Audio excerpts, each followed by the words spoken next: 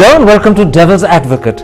6 months after he became president of the Bharatiya Janata Party, how is Nitin Gadkari faring? That's the key issue I should explore today with Nitin Gadkari himself. Mr. Gadkari, you've been president of the BJP for just over 6 months, but already your colleagues are expressing concern and sometimes criticism of your leadership. Does that worry you?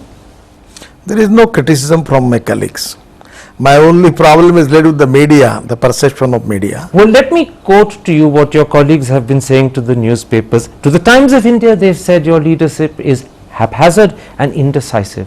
To the Hindustan Times, they are saying there's a sense of drift, that you're defocused. Can you tell me the name of the leader who is talking all these things? No, the name of the leader won't be published because he'll get into trouble with you. You know that. Definitely, it is totally baseless.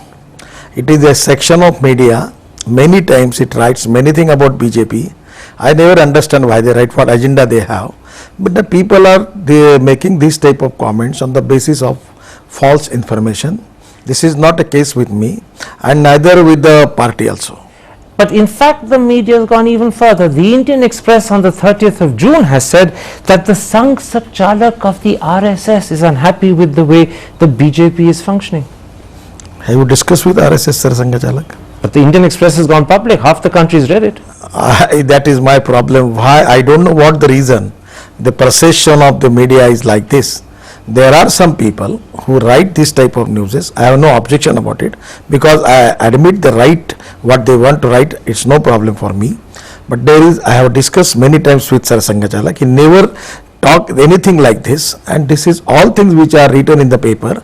They are not of any concrete ground is there. Let me then clarify, are you saying that these reports in the media are made up, that the media is manufacturing things?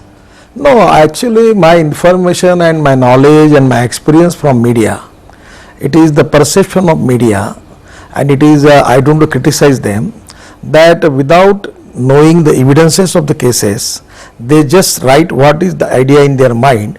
Still, I have no comments on it. All right, let's leave the media aside. Let me put this to you. Is your inexperience, both of national politics in Delhi as well as running a major opposition party, a handicap in carrying out your duties as president of the BJP? Not at all. As far as the Rajasthan problem is concerned, it is totally, that was a big problem. Before I taking charge of a BJP president. You're referring to the problem with Vasundhara Raje Scindia? Not the political problem of the BJP in Rajasthan was an acute problem. And you sorted it out? Yes, definitely sorted, and the way in which the Ram Jethmalani elected, it is really a remarkable thing for the BJP. The total BJP is united and getting two more votes from others. Let's then talk about the major challenges you faced in the last 6 months, and let's first talk about Jharkhand. For 27 days after Shibu Soren voted with the government over the opposition cut motions, your party flip-flopped between either wanting to break the alliance or create a new understanding with the JMM. As a result, someone as senior as Murli Manohar Joshi went on record to say this was the theatre of the absurd. People said Nitin Gadkari is indecisive, he can't make up his mind. First of all, there is a difference between strategy and conviction. In Jharkhand, particularly the Congress, the way in which they are taking their position, they want to divide the small political parties, and by using their muscle and money power, they want to create something different in Jharkhand. But don't talk about Congress. There was a political talk about Congress, talk about BJP, because the question is whether you were indecisive, whether as a result the party's image has suffered. What's your answer to that criticism? I will tell you one thing. Whenever we have taken some political decision, many times there may be something which is advantageous to the party, and there may be something we have to face the problems. It is not a big thing in the politics. You mean in Jharkhand you faced problems, there was no advantage? No, I want to tell you one thing. As far as the Jharkhand case is concerned, we are expecting cooperation from the Shibu Soren. He was committed to party in return. At the time when he changed his role and he is talking something differently, we taken a decision that we don't want government in Jharkhand, and we closed the chapter. But in fact, you didn't close the chapter quite as easily as you make it seem. It went on for 27 days. The papers say that Sushma Swaraj and LK Advani were against trusting Shibu Soren, that you wanted to give him another chance. Today, with hindsight, can you accept you made a mistake? This is a decision for the Jharkhand is taken by the core group of the BJP, and Sushma Swaraj also the part of the decision. and Advani ji also the part of the So decision. there was no dissent in BJP at all? There was no difference of opinion? After discussing all the subjects, we decide, and after that we have taken that decision. Let me tell you why people think that Jharkhand was bad for the BJP. The day Shibu Soren voted for the government, your party spokesman publicly said this was treacherous, it was foul play. The next day, Sushma Swaraj, your leader of the opposition, went public and said it was an act of betrayal. But when you suddenly realized that losing power in Ranchi would also adversely affect you in Bihar, you did a complete U-turn. Not only did that make the BJP look opportunistic, it undermined the party's image and worse still, the party's integrity.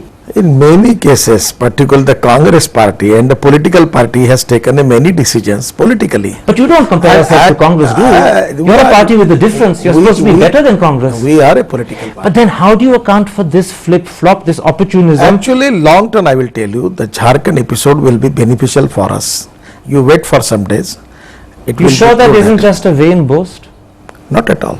I feel that. You're going on record to say that the Jharkhand episode will be beneficial for the BJP. I just want to tell you one thing, that you wait for some days. All right. Don't make final analysis, because the situation of Jharkhand is politically changed. For the sake of this interview, I'll accept that argument. I should point out to you that a lot of people watching this interview will say, come off it, Mr. Gadkari, you're just joking. Let's come to the second big challenge you faced in these 6 months, Bihar.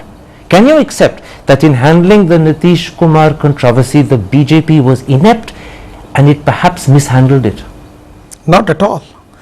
You are the person only talking like this. There is an opinion in the mind of the people of India.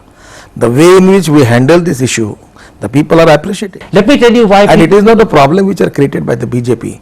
And now the problem is closed. Well, let me tell you why people think that the BJP mishandled it.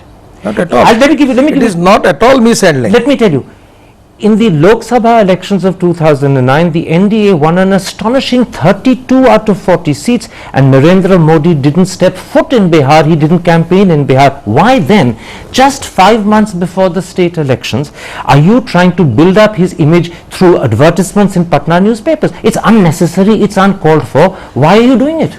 That is a very negligible subject. That is not of that important the subject is.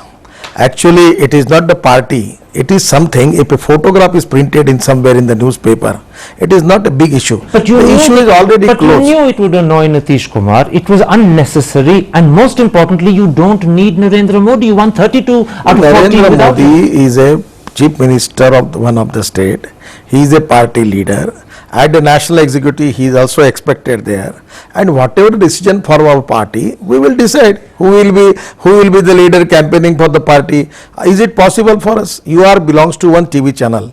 If anyone say you will be directed by any other channel head, and he will tell you what type of question you should ask them, is it appropriate for it? Well, let me try and answer that by pointing out the second reason why people think the BJP is mishandling Bihar. Your party keeps periodically insisting that Narendra Modi and Varun Gandhi will campaign in Bihar. You know that your ally Nitish Kumar doesn't want it. More importantly, you know you don't need it. The Why keep is insisting? Already this problem is finished. No, you understand one thing. Forgive me, sir. As a president, I want to tell you one thing very clearly. In my party candidates, where they are contesting the election, whether who will be the leader to campaign for them, it will decide by Bharatiya Janata Party. It will not decide by other party or other leaders. It is our right, our privilege to decide who will be the leader to campaign for our party candidate. This is such how you can say that this will be decided by other parties. This is such an important point. Even in the alliance,